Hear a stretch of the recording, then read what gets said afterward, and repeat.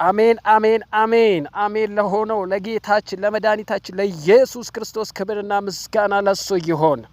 እግዚአብሔርን መስማት በኢየሱስ ስም ይሁንላችሁ። ዕንባቆም ምዕራፍ 3 ቁጥር 16 ላይ እንደዚህ ይላል ዕንባቆም፣ እኔ ሰምቻለሁ ልቤም ደነገጠብኝ፣ ከድምጹም የተነሳ ከንፈሮቼም ተንቀጠቀጡ። መንቀጥቀጥ ወደ አጥንቶቼ ውስጥ ገባ፣ በስፍራዬም ሆኜ ተናወጥኩ። በሚያስጨንቁን ሕዝብ ላይ እስኪመጣ ድረስ የመከራን ቀን ዝም ብዬ እጠብቃለሁ ይላል። ክብር ለአምላካችን ይሁን።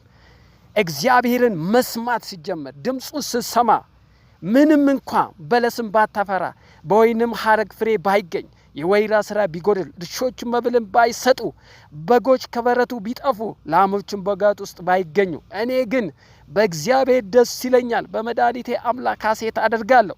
ጌታ እግዚአብሔር ኃይሌ ነው፣ እግሮቼን እንደ ዋላ እግሮች ያደርጋል፣ በከፍታዎችም ላይ ያስኬደኛል ይላል ዕንባቆም። ማጉረምረሙን ትቶ ጭንቀቱን ትቶ የከበደውን ሸክም ትቶ እግዚአብሔር ቢዘገይም እንኳን እንደሚመጣ አምኖ፣ እውነት ነው እህቴ ወንድሜ፣ እግዚአብሔር ይመጣል። አንተ ዝም ብለህ በባዶ ላይ በከበደ ነገር ላይ እግዚአብሔርን ታመን፣ በእግዚአብሔር ደስ ይበልህ። በእርግጥም እግዚአብሔር ቢዘገይም እንኳን ይመጣል። ያንተን ነገር ያንቺን ነገር አዲስ ያደርጋል። አሜን።